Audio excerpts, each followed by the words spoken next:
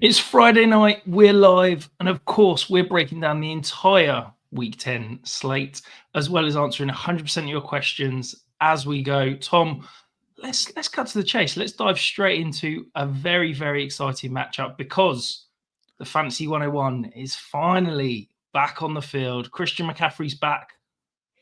Are you starting him this week?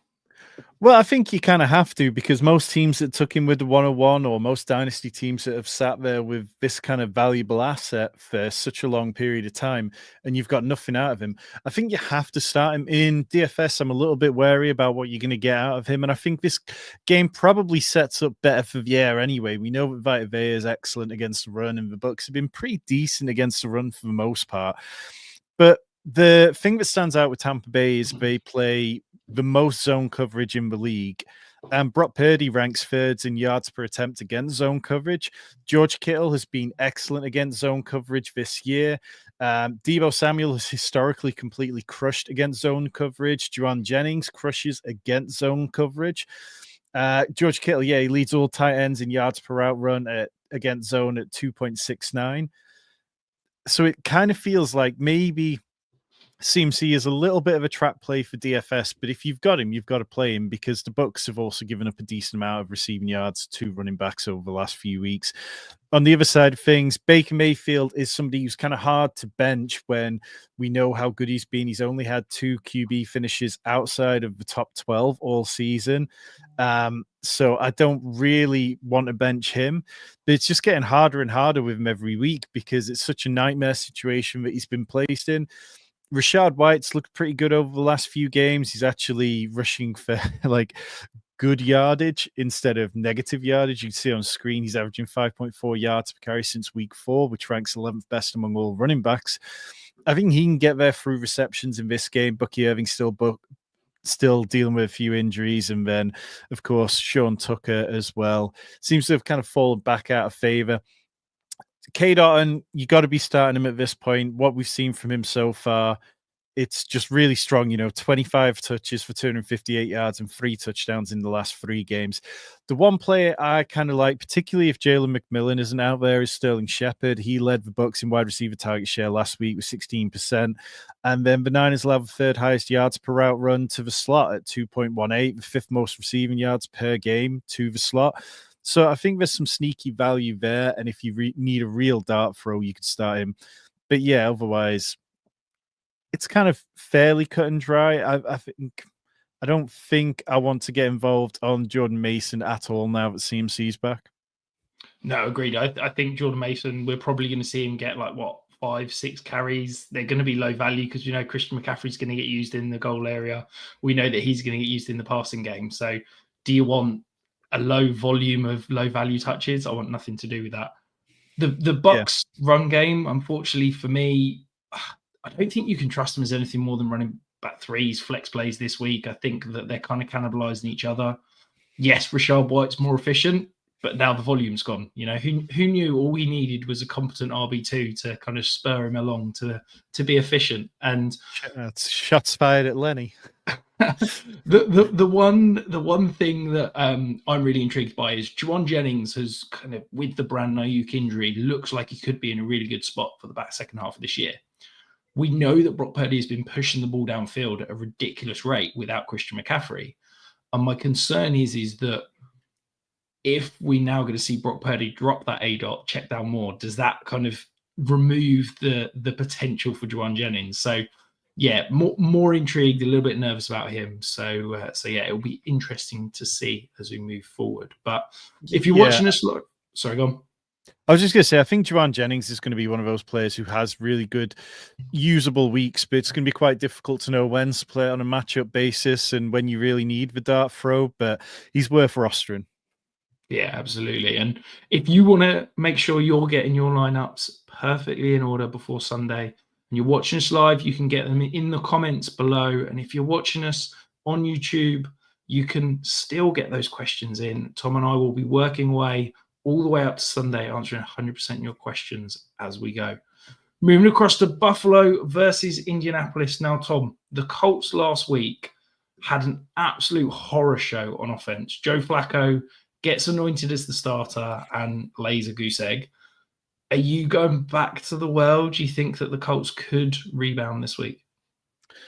I think Josh Downs can rebound. I mean, he had a 33% target share last week, ran a route on just 2/3 of a Colts dropback. So he was coming off the field for certain personnel looks last week, which was new. That's not been something that he's been doing much of lately. But Michael Pittman's out this week. They're finally giving him a week off with his back injury, which he needs it. Like, he wasn't moving well around the field. Josh Downs, he's seen 9+ targets in 5 or 7 games this year. We both really like him. The way he plays out of the slot is really good. And I think that's going to be useful for Joe Flacco this week. But I don't think I necessarily want to take shots on AD Mitchell. I know he's had some really impressive moments and he looks really good in bursts, but Joe Flacco hasn't looked particularly good. Well, he definitely didn't look good last week. And he's been a bit more off target this year than people kind of want to concentrate on. Yes, there's the good vibes when Flacco's in the lineup, but otherwise, it's a little hit and miss out there. I think I with don't think for me you can touch AD Mitchell. His like per route numbers are absolutely insane because when he's on the field, they're trying to force the ball to him, but he's still running fourth in the wide receiver room. I still think we're going to see Josh Downs and Alec Pierce running ahead of him. Yeah, he'll probably have some flashes. I think he's maybe worth like a GPP play, but there's no way you can reliably stick him in a managed league lineup. Yeah, exactly that. And I think like outside of them, Jonathan Taylor, we know that he's seeing a huge amount of touches on screen there, averaging 86% of the running back touches for the Colts. And I think that he can have a decent enough role. The Bills, we've seen them. They're not a bad run defense, but they've had some days where they've given up really massive days, like to Derrick Henry and the Ravens. And because of that, they've allowed like the third most fantasy points to the running back position. So I think if the Colts come out and want to lean on Jonathan Taylor, I'd be fine playing him. Otherwise, that's it for me. It's Jonathan Taylor and Josh Downs. On the Bills side, we know that Keon Coleman's going to be out this week. It sounds like that's going to be a multi-week injury, and it's just really, how bad is it? Is he going on IR or not? I wouldn't be surprised if tomorrow we get the news that he is going on IR, and then we're going to be left without him. So then that makes life easier for Khalil Shakir. It looked like he'd start coming off the field a bit more often if Coleman and Amari Cooper out there. Amari Cooper's dealing with his own wrist injury. He's wearing a cast on his wrist, so it becomes tricky to trust them, which is something I really wanted to be aggressive on Amari Cooper this week because the Colts are terrible against wide receivers on the boundary. But the more you get this news about the Colts, about the Bills being beaten up, it just gets less and less fun. The Colts, they play the third most zone coverage. Josh Allen ranks 24th in completion rate against zone coverage, which kind of caught me by surprise a little bit. He's 25th in fantasy points per drop back against zone, and he's faced the 14th most zone looks. So it's not like he's rarely seeing it, and this is a bit of a fugazi stat. But can I caveat that with one little thing? Is that Josh Allen has been awful against zone, cover 2, cover 4, cover 6. Cover 3, he is absolutely destroyed. And what do the Colts run at a higher rate than any other team in the league? Gus Bradley cover 3. So yeah, I agree with you, but I do think it's slightly different with Gus Bradley because he runs probably the most vanilla defensive scheme in the league. No, I love that. I'm glad that you corrected me on that because that's a great point. And then, I mean, look, if you got Dalton Kincaid, you're probably starting him. He ran 32 routes on 40 dropbacks last week, double-digit targets for the second time in his career. Career best 55% air yardage share, which is the first time he's been over 40%. He did only manage 7.2 PPR points, which is disappointing. But look, I mean, this is what you signed up to with Dalton Kincaid. I think you just have to grin and bear it. Yeah, absolutely. It feels like he's probably not going to be more than a low end tight end one rest of the season. That's kind of where I've got him ranked. Amari Cooper, Tom, I know you said you wanted to be excited about him. I'm just nervous. I feel like he's got to be in that wide receiver flex play. I'd much rather start Shakir over Cooper. Do you agree? Yeah, I think so. Yeah, I think Shakir's definitely the safer one here. Yeah, and you talked about his target share, 36% target share last week, 40% targets per route run. If we're going to see him become an every down player, Josh Downs, your start of the week, how high have you got him ranked this week? I need to go through my rankings and give it a nudge now that Michael Pittman's been dropped out. But when I was looking at it yesterday, for me, he was kind of on that fringe top 15 range at the minute. He's wide receiver 17, just behind Deebo and Devontae Adams. I don't know whether I can maybe nudge him ahead of Devontae Adams, but he'd still be behind like Drake London, Devonta Smith, Terry McLaurin for me. Yeah, just a locked-in wide receiver 2 in basically any Yeah. format, though. But we've got another window of games this week. We've got another super early game for you guys watching in the US. Of course, the Germany game. They've sent 2 absolute beauts of teams across to really treat the German listeners. The Giants versus the Panthers. Tom, are you going to be watching this, or are you going to be looking after the kids and earning those brownie points?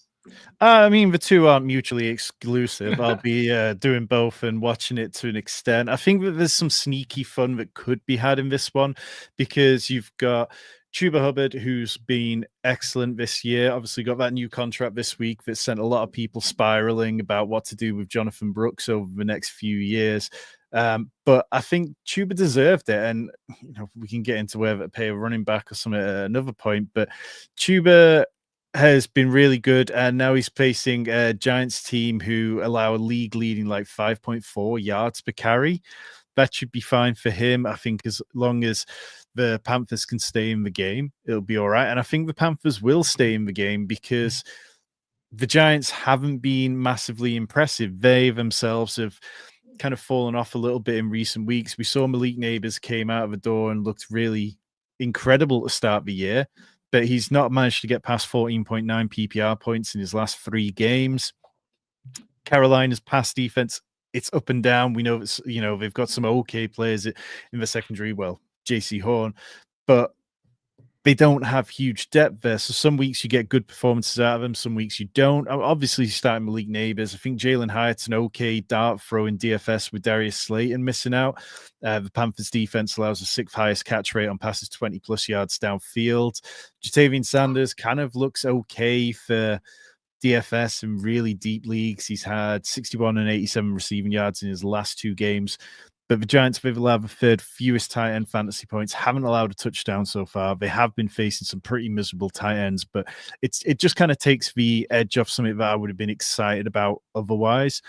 On the Giants side, Theo Johnson's kind of slowly breaking out, who I know you like. The Panthers, they've allowed the most fantasy points to tight ends. They've allowed 7 different tight ends to hit 40 receiving yards, along with giving up 7 touchdowns to tight ends.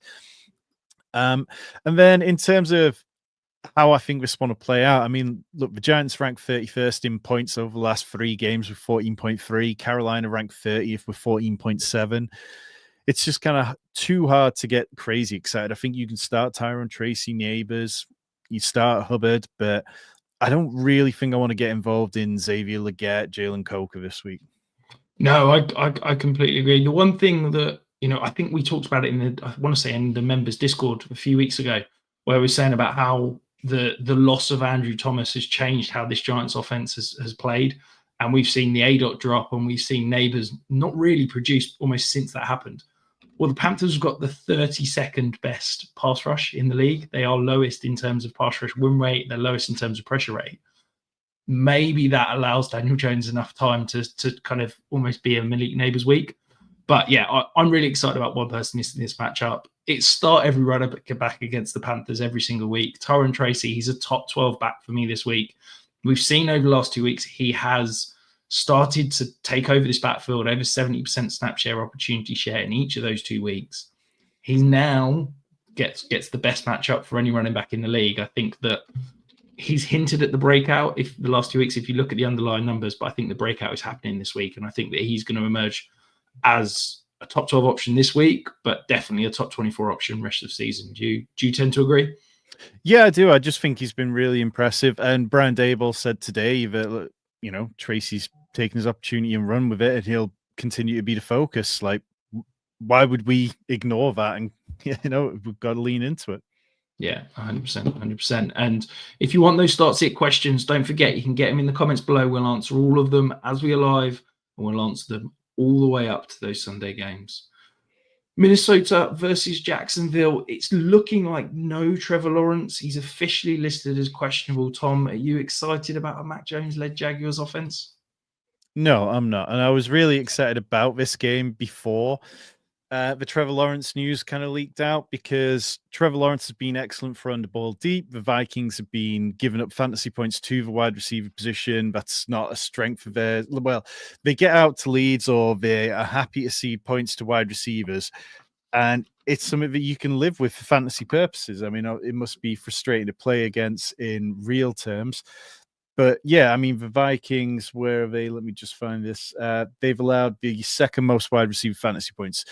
They've particularly given up points downfield to deep passes, which, as I mentioned, that's something Trevor Lawrence has been doing well. He was second in deep throw rate against zone coverage, which Minnesota played the fourth most zone. So I expected that we were going to get a nice game with Brian Thomas going big. Instead, we get Mac Jones, who had 5 completions over 20 yards in 2023, which ranked 40th among quarterbacks. So I don't think that we're going to get great performances from Brian Thomas. I think maybe he can turn something into some magic.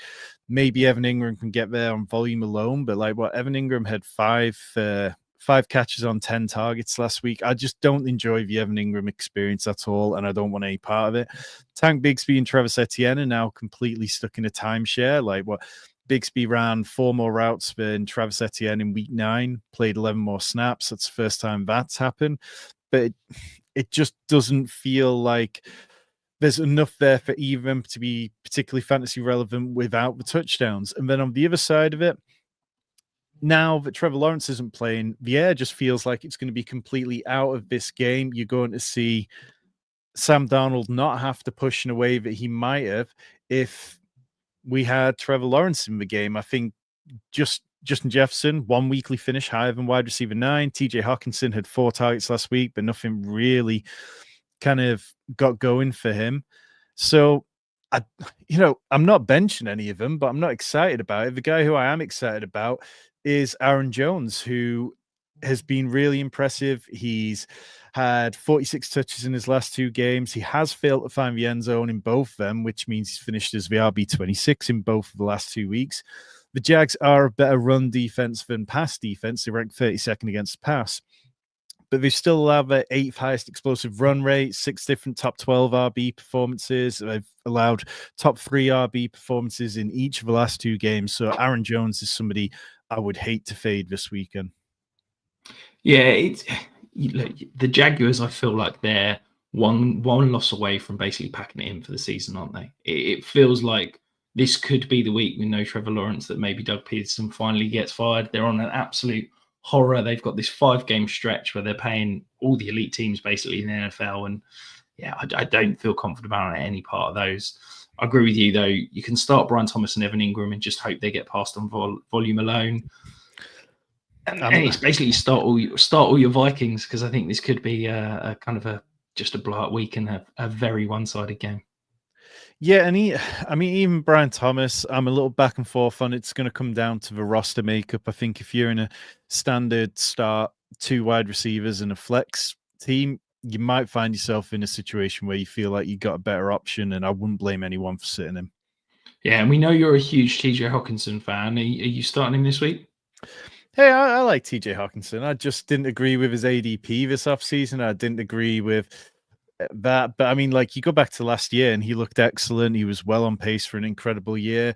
The Jags fail have a 7th most fantasy points to the tight end position. So, yeah, it's fine. But you're probably looking for a touchdown, because I don't think the passing volume from Sam Darnold is going to be there otherwise. Yeah, absolutely. Whilst we're here, Tyler, the absolute gent that he is, has gifted a membership. So if you want to go and first person to grab that, absolutely. But we've got some questions, Tom, so we'll dive into those now. Jhang20 says, would you start Kirk, Stroud, or Tua if Nico plays? That's Kirk Cousins for me. Yeah, Kirk Cousins is my QB8 this week. I've got Stroud down at QB22 at the minute, waiting to see what happens with Nico, but not feeling particularly great about him lately. Yeah, absolutely. And then ENR says, need to make a decision between Kyler versus New York or Herbert versus Tennessee. Rodgers and Daniel Jones are available on waivers.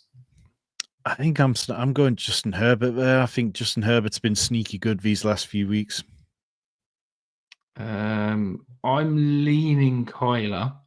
The Jets allow, I think it's top 3 in terms of scramble rate allowed at the position.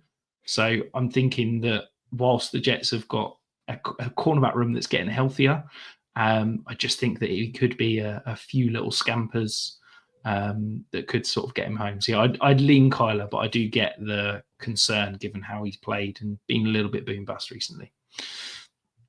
Right, moving across to the next matchup though, Atlanta versus, can we call them the former Saints? As basically it feels like the whole team's packing up at this point.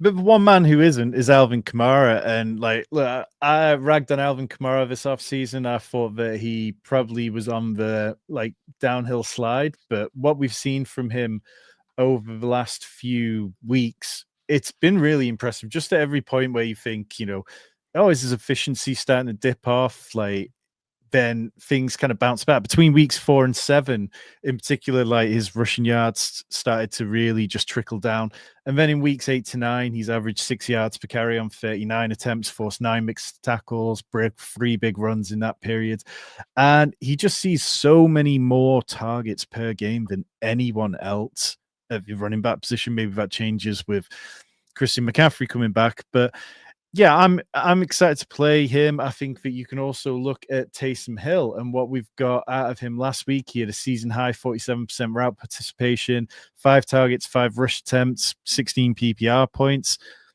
Taysom Hill in the tight end position is absolutely in play there. And then on the other side of things, I'm expecting a bounce back. Like for Kyle Pitts, last week was incredibly disappointing.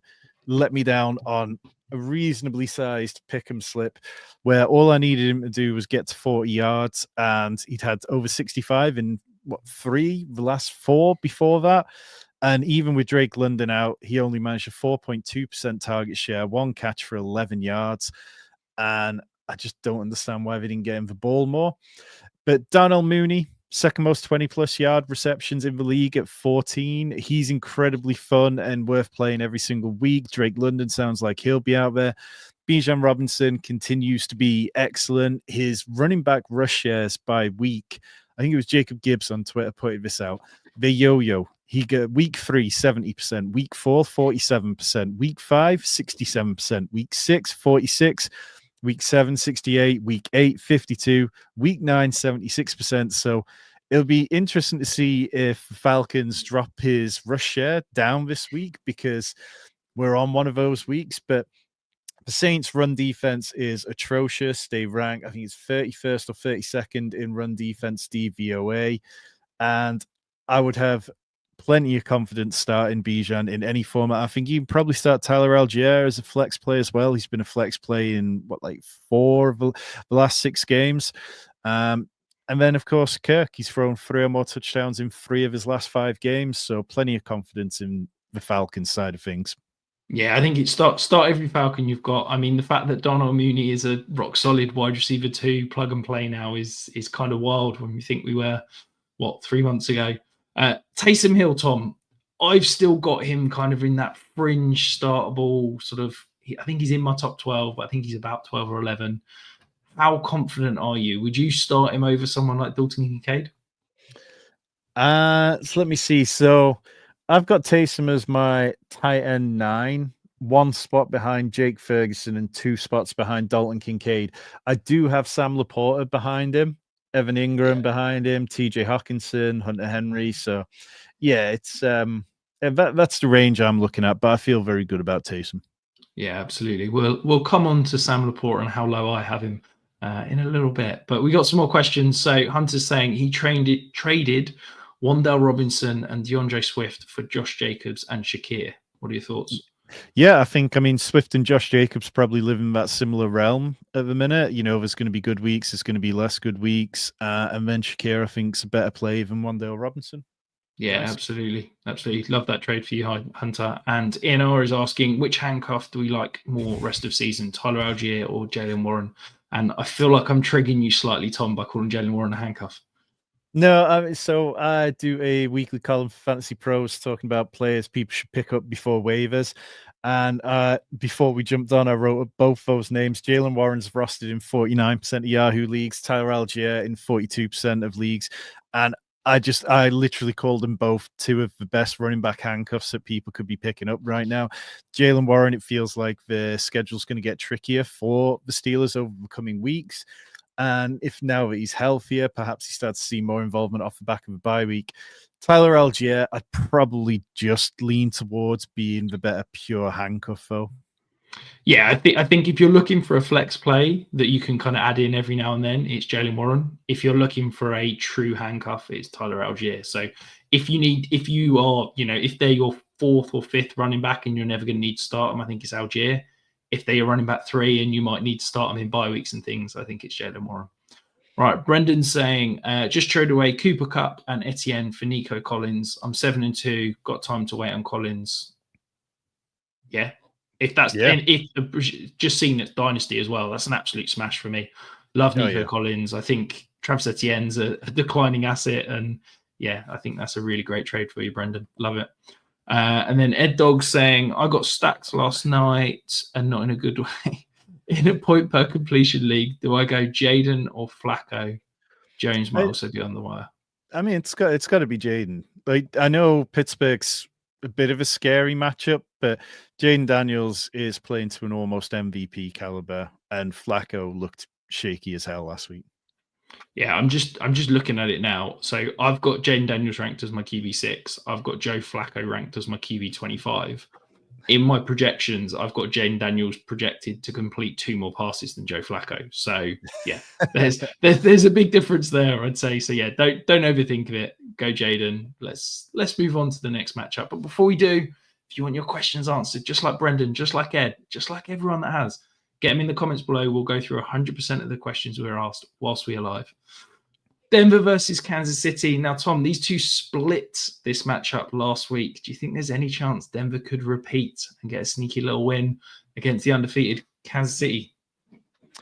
Well, I mean, like, when you look at what happened with Denver last week, they got smashed to pieces by the Ravens because it was one of the first good offenses that they played. Yes, they played the Bucs earlier in the season, but like the Bucs weren't necessarily rolling. Yeah, they also played. But this is kind of a test for Denver about whether they are a good team or not. And KC, they have the 7th best pass defense in DVOA, the 2nd best run defense. We know that the Broncos have a really good run defense, but the way the Ravens kind of systematically took them to pieces kind of suggested that are they the 8th best run defense, the 8th best pass defense? I don't know. I think that Patrick Mahomes coming off a season high in fantasy points of 24, with DeAndre Hopkins absolutely clicking 8 for 86 and 2 touchdowns last week. I think that they're just starting to understand their playbook and what they can do with the players they've got involved. Travis Kelce is somebody I quite like this week. I think if you're looking at DFS, Mahomes and Kelce stacks are really cheap, and I wouldn't be afraid to play them because divisional games always can get a bit funky. Kareem Hunt averaging 23.6 touches per game is just absurd. I know. Shout out to Tyler. I know Tyler had plenty of him in best ball. On the Broncos side, Bo Nix has been fantastic for fantasy. 33 plays of 20-plus yards. Only Lamar has more. KC, though, they play the 2nd most single high coverage, and Bo Nix is 26th in completion rate versus 38th in completions over expected and 6th most off-target passes versus single high. So this might be a week where things start to crumble for him. Javonte Williams, I don't know, man. Like, it's just not really happening. 1 top 30 finish in his last 4, and I don't think the game script's going to be favorable enough here for it to happen. Cortland Sutton, I'd been ragging on him a little. You've been staying firm with him. Consecutive 100-yard games. But the Chiefs are quite good at taking away your best option at times. They rank 8th best in DVOA against wide receiver ones. And it just feels like if they come out with a game plan to take Cortland Sutton out, what are the Broncos going to do? Who knows? Maybe we might actually see the rookies get on the field more and actually see some volume. That would be nice to see. But yeah, look, I've not been excited about Cortland Sutton. I've been saying it, wide receiver 1 usage, wide receiver 3 production is kind of what you're expecting. Javonte Williams, they talked all week yet again about getting Audric Estime more carries. If he can stop fumbling and actually hold on to the ball, maybe we can see him get some run here. That would be quite nice. Are you really starting Xavier Worthy with any confidence at this point? No, not at all. I think he's a flex play, so that's kind of I think he's between wide receiver 36 and wide receiver 48 for me. That's what I'm classing as a flex play. I just think that there's a world when, oh my God, I'm blanking on the Denver corner. Pat Surtain follows Hopkins, and maybe Worthy can just get schemed up for a couple of touches. It feels like the Chiefs know they need to get Worthy going for this offense to be there. And he gets kind of 2 or 3 schemed up looks a week. They've not come off, but I think he's the kind of player that you just need to keep plugging away in, and it's going to come good. So yeah, as a flex play, as a wide receiver 4, I'm okay with Xavier Worthy. I just feel like it's kind of getting worse and worse for him. I've got him down at my wide receiver 38, which kind of takes him out of that flex play range. That's similar range to me. He's not in my top 36. Okay. Yeah, I think I'd agree with you in that it's not coming, but the snaps aren't reducing. Like, they're still putting him out there, and he's still seeing looks. I think what I struggle see happening is the blow-up game. I think like he can get in the end zone and get you the touchdown on like a 60-yard play, but that's kind of like MVS ceiling outcomes, like when he was doing stuff. And I don't see the volume of minute, how he's getting beaten up by opposing defenders and that. But no, I think your ranking of him is completely fair. I just struggle. Moving across to, I think for me, maybe I'm a bit of a nerd. This is my favorite matchup of the week. I'm fascinated to watch this game. I think we're going to see a really good battle. The Washington Commanders are without Brian Robinson. Does that change how you'd be attacking this matchup for fantasy? It changes how happy I am when I look at my best ball exposures when we talk about this game, because I mean, we were both very high on Brian Robinson for this game, but I think, you know, Austin Eckler's kind of serviceable. We know that in these games without Brian Robinson, it's going to be a bit of him. It's going to be a bit of Rodriguez, and it's a bit of the other guy whose name's just completely blanked on me. So Jalen McMillan. McMillan? Not McMillan. No. Jeremy McNichols. McNichols, there we go. We got there. So I think you're going to see a bit of them. I don't think it is like last week or the week before when Brian Robinson didn't play and people were like, Austin Eckler to the moon. I don't think it's always going to play out that way, because that's just not how this team is. I do think this is a great week for Jayden Daniels. People want to talk about how the Steelers have allowed the 3rd fewest quarterback fantasy points this year. But the Steelers, this is who they faced at quarterback. Kirk Cousins, who was coming off an injury and no preseason in week 1. Bo Nix in his 2nd start. Justin Herbert, who was dealing with his foot injury. Anthony Richardson, who got injured after 13 snaps. Dak Prescott, who put up 16.4 points on him. Aiden O'Connell. Aaron Rodgers, who managed 13 points. And then Daniel Jones, who we all agree is probably in his last year as starter in this league. So what Jayden Daniels is doing is completely different to those quarterbacks.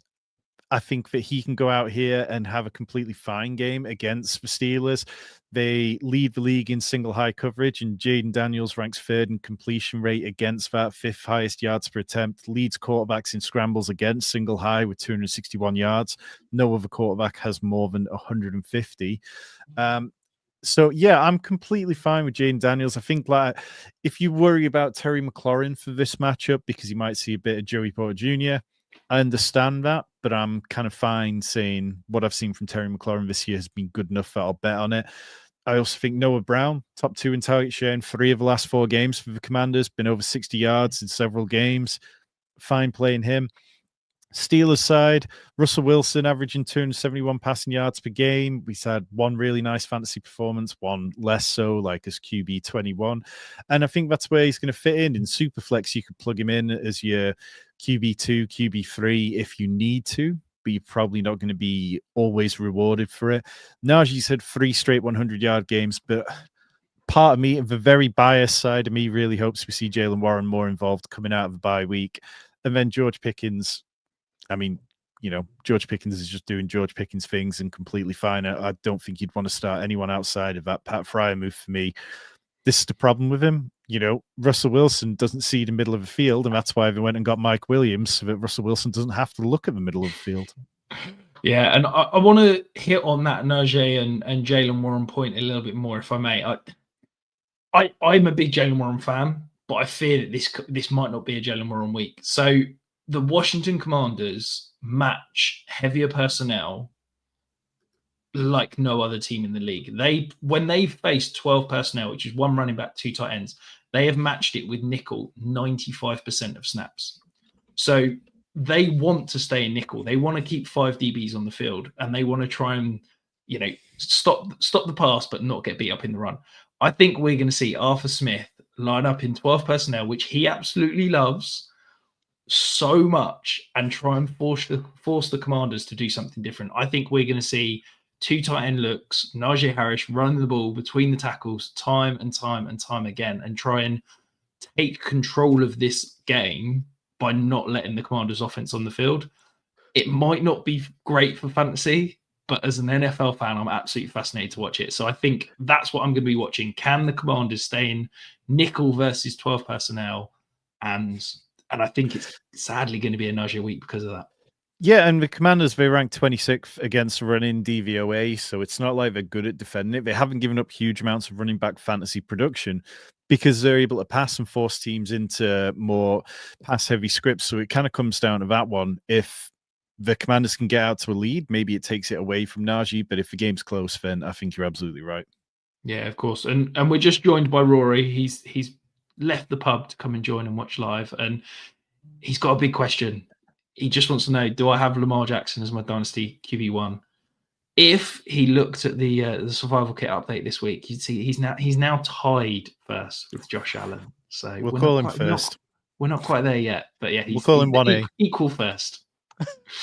We're going to move on to the battle of the rookie quarterbacks. Number 1 pick versus number 3 pick, and the over-under under 40. So, how do you feel confident about anyone in this game right now? I still feel fairly confident in Drake May. I think, obviously he doesn't have the fantasy weapons to be incredible at every point, but over his 3 full games, he's totaled 151 rushing yards, 725 passing yards, 6 total touchdowns. And in the game, which he left after 20 snaps, he still had 46 rushing yards and a touchdown. Like, this is the kind of floor that is incredible. I mean, he's averaging almost 50 rushing yards per game. The only quarterbacks doing that are Jaden Daniels and Lamar Jackson.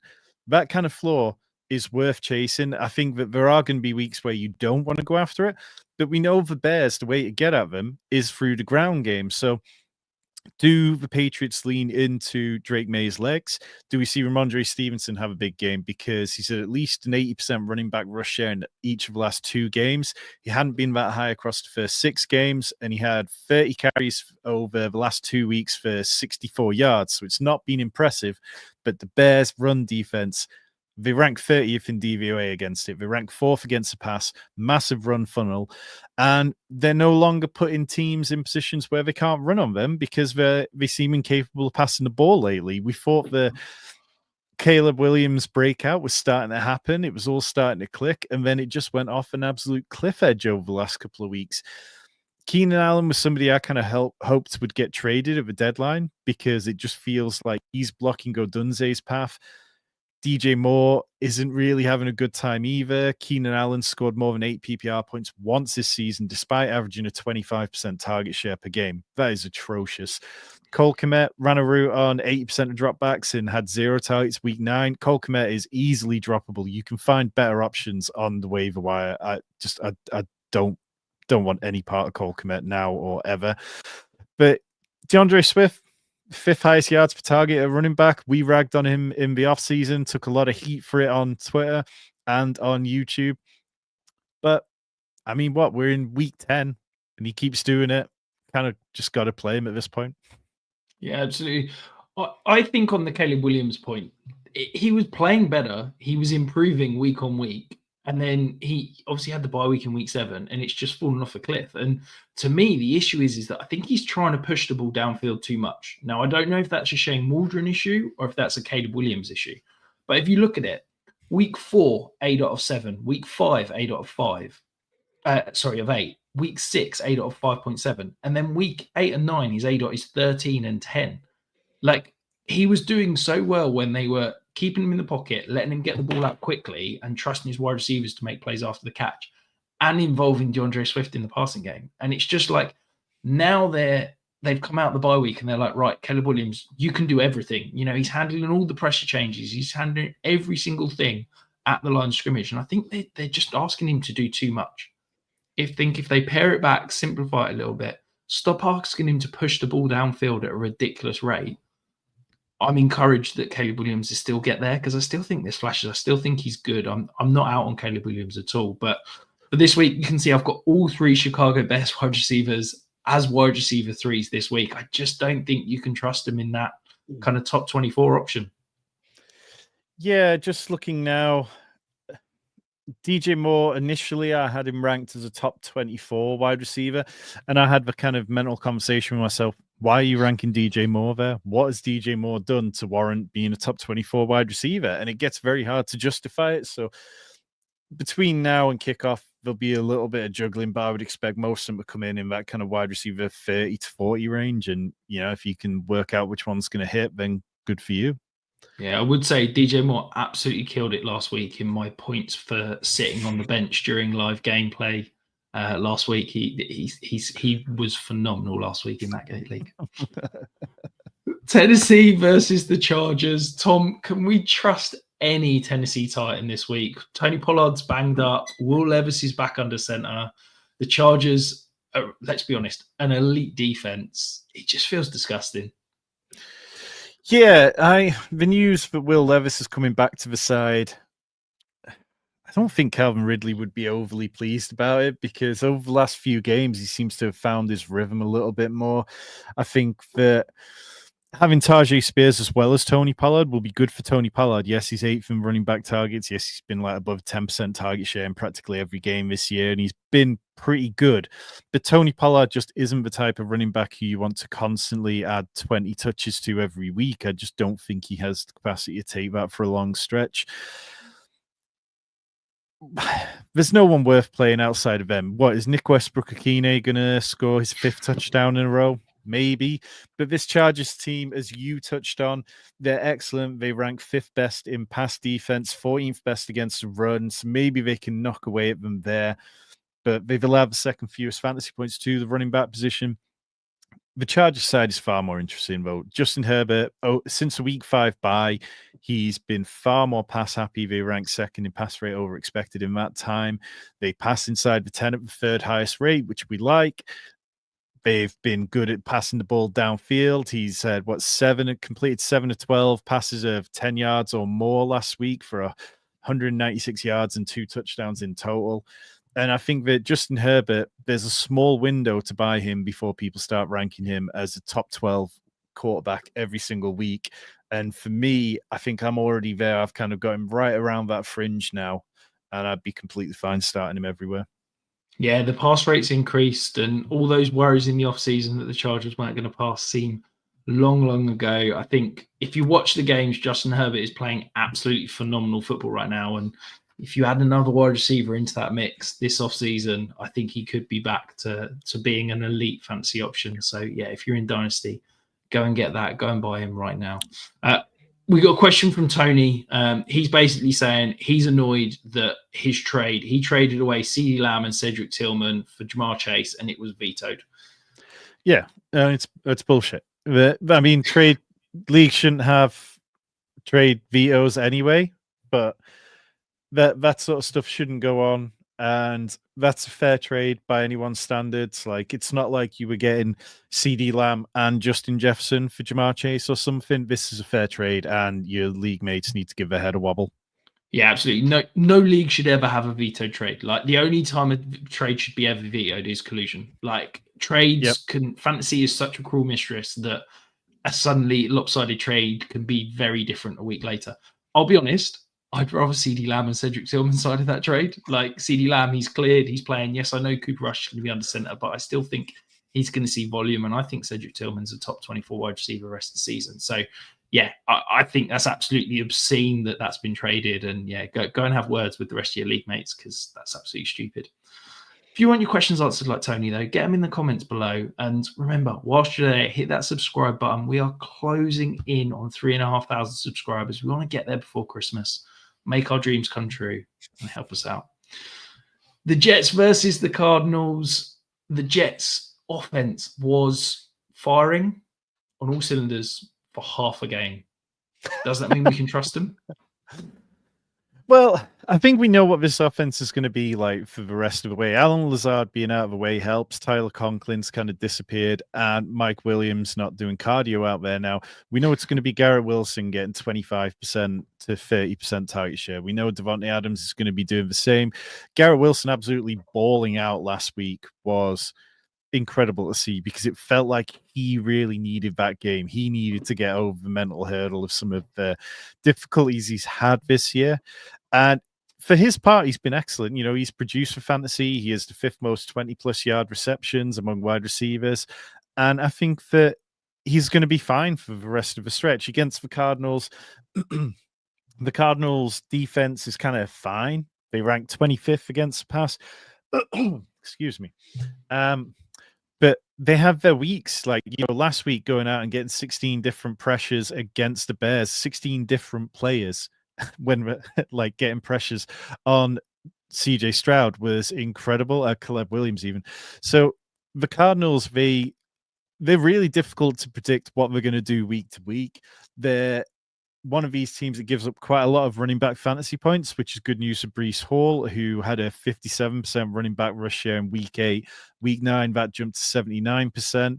So we know that Breece Hall is going to be locked into a much better role probably than he was over the first 5 or 6 games when Braylon Allen was seeing plenty of work. But yeah, I mean, start the Jets.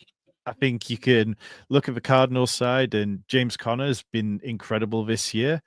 Marvin Harrison, Sauce Gardner's not been particularly good this year. I think he's caught a bit of ire from people, like, you know, plays golf one time and then suddenly gets rubbish at defending the ball. But the Jets cornerback room you talked about earlier, they're kind of getting healthier. So would you play Marvin Harrison?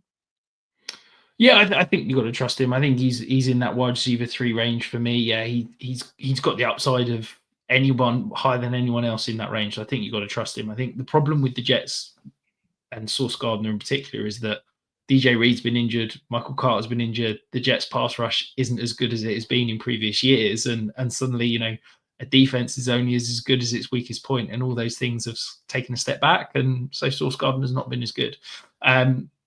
I really like Kyler this week. I think, you know, yes, he's been a bit up and down, but as I said, the Jets are bottom 3 in terms of scramble rate allowed to quarterbacks. They've had the last 2 games that CJ Stroud and Drake May both rushed over 50 yards, averaging over 7 yards per carry. So I think Kyler Murray's going to get free for a couple. There's no CJ Mosley this week. So, yeah, I think start Kyler Murray, start James Conner. Marvin Harrison is that wide receiver 3, and I think everyone else, you know, you start the big 3 on the Jets and don't touch anyone else, quite frankly. Yep. Brendan's asking, who do we prefer this week, Quentin Johnson or Rico Dowdle? It is PPR. I think I'm going Rico Dowdle. I mean, we're going to get to that game in a minute, but I think I'd just prefer the sheer volume that he could get. Like, generally, when we get to these questions about wide receivers without massive roles, and Quentin Johnson's seen so much of his production come on broken plays, that I just have to lean in the volume of the running backs. Yeah, I think I'd go the volume of the running back as well. The only time I'd go Quentin Johnson, if I was a kind of, I guess, big outsider, if I felt like I needed the upside play, I think Quentin Johnson is that. I think the chances of Rico Dowdle outperforming Quentin Johnson are probably like 80%. But I think in that 20%, Quentin Johnson scores 20 points plus, whereas I don't think Rico Dowdle's scoring more than 15 at all. We're going to move on, though, to the Eagles versus the Dallas Cowboys. You hinted at it there. No Dak Prescott. He has officially gone on IR, Tom. CeeDee Lamb is off the injury report. He will be playing. This Eagles defense, though, has really stepped up in the last few weeks. Cooper DeJean is playing some phenomenal football. Can you trust CeeDee Lamb? Feels wild to be saying that. It is only week 10.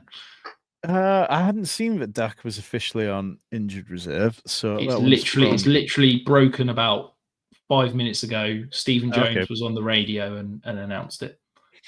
I think you kind of have to trust CeeDee Lamb. I mean, when Cooper Rush was out there last time, his splits were okay. I mean, it shouldn't be as bad as the Tyreek Hill stuff was with the terrible quarterbacks at Miami were rolling out there. Cooper Rush has been in the system for a while. It's not as complicated of a system as what they run in Miami. So I think that we can temper expectations slightly, but I think you're still starting CD Lamb. I think that you can be starting Jake Ferguson just about if you need to. There's not an awful lot that makes me excited for the options on the Dallas side this week, whereas it would have been if Dak was out there. I know that Dak has been pretty shaky this year, but you can get this Eagles team. I mean, we saw the Jags go toe-to-toe with them at times, and then on the Eagles side, it's kind of taken some of the air out of this game for me, although maybe it won't because Nick Sirianni is quite a small, petty person, and maybe he really just wants to run up the score on them. But Jalen Hurts coming off one of his best games, had career high 4 deep passes of 20+ air yards last week, 127 yards and 2 touchdowns on them. Finished the game with 11.1% completions over expected. Only Jared Goff has managed that this year. And yeah, it's just been fine. Devonta Smith has been excellent. He's been over 60 yards in 3 of his last 4 games, I think. AJ Brown, we know what a dog he is. I just think this one's quite a straightforward game. And if Dak was there, we could have dived into some more of the advanced stuff and that. But I just think you end up coming quite easily down on who you'd want to start in this one. Yeah, I think I'm still riding with CeeDee Lamb. I've still got him as a top 10 option this week. I think Cooper Rush gets a bad rap. He's a good quarterback. He's a good processor. He works well from the pocket. The issue is that he's got an absolute noodle arm. He can't push the ball downfield. But that shouldn't be an issue for CeeDee Lamb. I could see him getting an obscene amount of volume. Like this could be a 14, 15 target game for CeeDee Lamb, and he ends up with like 10 catches for 50 yards and a touchdown or something. Like I don't think he's going to get downfield shots, but he could just get an obscene amount of volume, and therefore you can kind of plug him in and start him and feel happy about it. Yeah, I think that's a fair assessment of it. I was just looking up CeeDee Lamb's splits with the games that he played with Cooper Rush, and he was still averaging 21.1 PPR points. He had 7 receptions per game, 81 yards. Compare that to the games that he's played with Dak over the last 2 years, and you are dropping almost 30 yards per game and 2 PPR points. But we can live with 20 PPR points a game from a guy like CeeDee Lamb when there's been all this wide receiver injuries this year. So yeah, I'd be fine with that. I just think this one might push the Eagles into an even heavier run script. They have the lowest neutral pass rate in the league at 49%. They've averaged 43.3 rushes per game over the last 3. Nobody else is over 35. And it's maybe a little hard to see the passing volume go crazy. But I think when they do pass, they'll put up decent points. So I'm not sitting any of AJ Brown or Devonta Smith. Yeah, the only other note to add is that Jalen Hurts has been added to the injury report with a supposed ankle injury. So, yeah, worth monitoring that as we head towards kickoff, just to see if that's going to impact him and obviously impact this offense at all. We've got some questions, though, Tom. If you want your questions answered, get them in the comments below. Dave, he's given us his lineup. He's got Rodgers, Devontae, Pickens, Bijan, Breece Hall, Ingram, Deebo, or BKC defense. Would we make any changes? No, that looks good to me. Yeah, I'd go Kyler over Aaron Rodgers, actually. That would be the one change. Yeah, that's the one I was mulling. Just Kyler over Aaron Rodgers. I think the rushing floor is too high there, whereas you're talking you need Rodgers to hit 250 passing yards and 3 touchdowns to probably keep up with Kyler hitting 50 rushing yards and 150 passing yards and a touchdown. Yeah, no, I tend to agree. The matchup of the week, though, the Detroit Lions are going to wander in to Houston to play the Texans, and they're going to absolutely embarrass them and beat up on the Texans and show them up as the frauds that they truly are. Tom, tell me you're in 100% agreement. Well, look, I mean, I've been a CJ Stroud ADP hater all off season. I did multiple videos talking about how CJ Stroud just wasn't going to be able to compete with the dual threats because as a pocket passer, if you want to compete at the very top, you need to be putting up 250 yards and 3 passing touchdowns regularly, which is incredibly hard. People don't appreciate how difficult that is. And obviously he had excellent weapons, but CJ Stroud hasn't shown as a fantasy ceiling at any point in his 2 years that he's been in the NFL. Last year, he had 2 top 12 performances, I think. And then this year, it's just been miserable for him. The Lions have allowed the 18th most fantasy quarterback points this year. They've held Matthew Stafford, Baker Mayfield, Geno Smith, Jordan Love, and every other quarterback they faced to a maximum of 1 passing touchdown per game. So now we're going to say that CJ Stroud is going to go like up against this team, missing Nico Collins, missing Stephon Diggs. Maybe Nico Collins can play and perform. I don't know. I just think if Nico Collins plays, I feel much better about CJ Stroud. But otherwise, I don't necessarily want any part of it. I think when you look at the coverage data, CJ Stroud ranks 25th against man coverage, and the Lions play the most man coverage in the league. Now, obviously, part of that is because his wide receivers have been banged up at times, but part of it is because he just hasn't performed to the standard that he should be. On the other side of the ball, Jameson Williams returns from his suspension, which I think is going to ding Sam LaPorta in a big way. And I talked about this earlier in the week on Twitter, but one of the big problems for the Lions pass catchers this year is just that the Lions defense got so much better. In 2023, the defense ranked 16th against the pass. Jared Goff passed for 30 or more attempts in 81% of his games. This year, he's done that once. And that's because the Lions' pass defense now ranks third best in DVOA, so they're dictating the game. They're not finding themselves having to chase scores. And obviously, Amon-Ra is still eating, but it's been a little worse for him. Sam LaPorta isn't coming close to what he did last year, and part of it is because Jameson Williams has also developed, and it's going to be volatile between Jameson Williams and Sam LaPorta at times, but that's just kind of how it is. What do you want to do? You're going to drop him? No. So go and make a trade, but everybody you're trading to knows it's going to be volatile as well. And I think part of the thing with Amon-Ra St. Brown is that the reason he's been getting home is that he's scored now in 6 straight weeks. Like, he has become, yes, he's still an elite receiver, but it's become a little bit touchdown dependent. And if we see perhaps that touchdown volume start to regress, suddenly he's a wide receiver 2 rather than the wide receiver 1 that you've kind of spent up and traded for or drafted him as. Sam LaPorta, Tom, how low are you on him this week? Because I couldn't believe how low I was when I put together my ranks.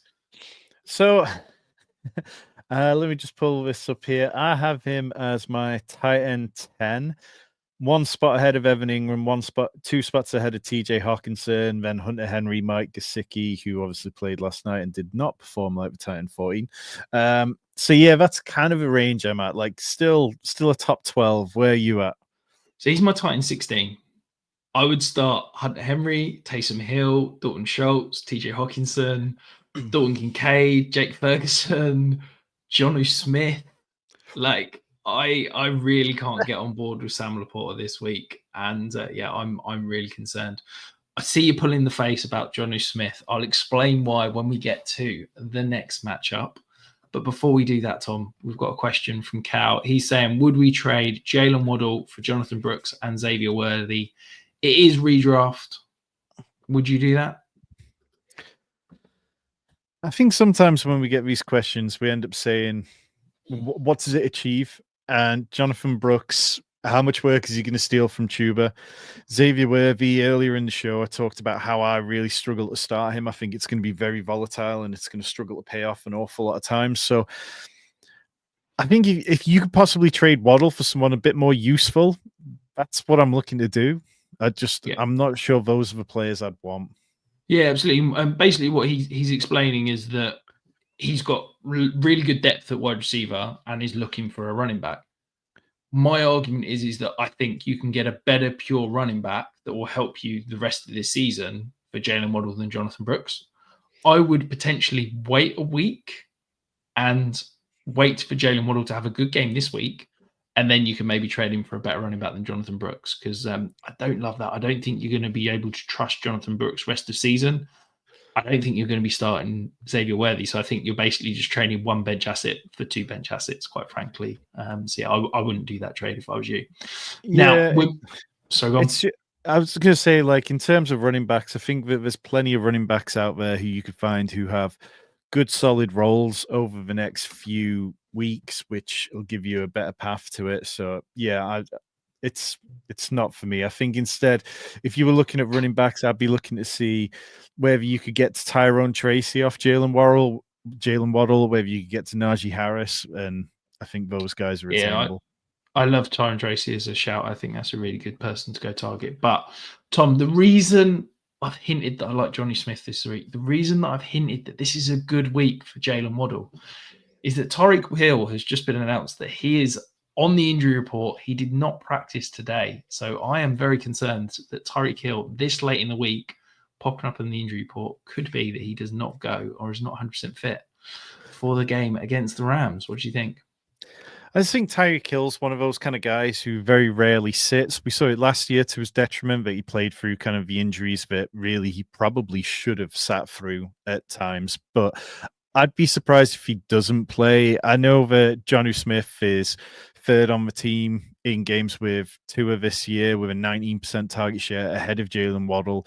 So it makes sense. And it has been nice to see them use the tight end in this scheme a bit more often. But I don't know, man. I'm not really feeling the fun of the play. I definitely get it, and I don't think it's a bad play at all. And one thing I'd say is that the Rams, they play the fifth most single high coverage.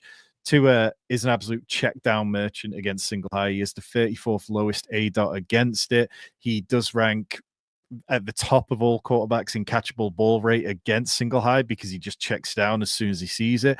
So I think you can tell yourself a story where it is, Devin Achane, who goes out there and has another excellent receiving game. I think he's averaging like 17 PPR points in the receiving game with Tua this year. And maybe it's Jonnu Smith near the line of scrimmage as well. But I think part of the thing is that the Rams lead the league in pressure rate. Like that front four is absolutely killing it right now. Jared Verse and Frisk and Young, they're absolutely playing phenomenal football right now. We know that Tua, since he's come back from his concussion, has got the ball out at a ridiculously fast rate. And I just think that, to me, you go up against probably the best D-line in terms of pressure rate at the moment in the league. We're going to see the time to throw probably around something like 2 seconds. Like it's going to be ridiculously fast. And I think it's a case of let's have lots of screens to Waddle and Hill, but also get the ball in Jonnu Smith's hand and create some creative touches for him. I think it's going to be a massive Devin Achane week, but I'll let you dive into the stats. No, I mean, I agree. I think Devin Achane, last week, he had a 30% target share, which is career high, 87% route rate, career high, 8 receptions, career high. He's never had a route participation rate above 70% before then. So his receiving role this year has been incredible. And I think because of all the stuff we talked about with the checkdowns, I think he will have a monster week. In terms of the Ram side of things, I think that we see obviously less punching from Puka Nacua this week, which it's good that he avoided a suspension given, how little we've seen from him. Cooper Kupp, 22 targets in the last 2 games, obviously played a large majority of last week without Puka Nacua, so it was necessitated. Demarcus Robinson seems locked into that wide receiver 3 role when Nacua and out there, but I don't think you're going to want to start him apart from in deep leagues or in DFS maybe. Miami will have a 6th most running back fantasy points, which is good news for Kyren Williams, who had 76 snaps last week to Blake Corum's 1. Blake Corum just isn't happening. They trust Kyren Williams far too implicitly. They like what he does. Yes, he's not the most efficient running back all the time, but he's good enough and he's really good in pass protection compared to what they think they're going to get from Blake Corum. And I think I'd be fine starting even down as far as Matthew Stafford in this one, but I think it's going to be a really fun game. You can see the over-under set at 50.5, and I would expect it to be a good way to round out this week. Fingers crossed, fingers crossed. And if you are yet to set those lineups and round out your week, make sure you get them in the comments below. Tom and I will help you set those lineups, answer all those start-sit questions, all those trade questions. You just got to leave the comment below. And make sure while you're there, hit that subscribe button, hit that thumbs up button, because it helps us spread the word and bring more people into the channel. But that is it for this week. We're going to dive across now onto the Fantasy Sanctuary Game Day channel, where we're going to break down the entire slate for this week's Game Day action, the fastest growing DFS platform in the UK. Best of luck this week. Hope you crash all your matchups, and we'll see you very, very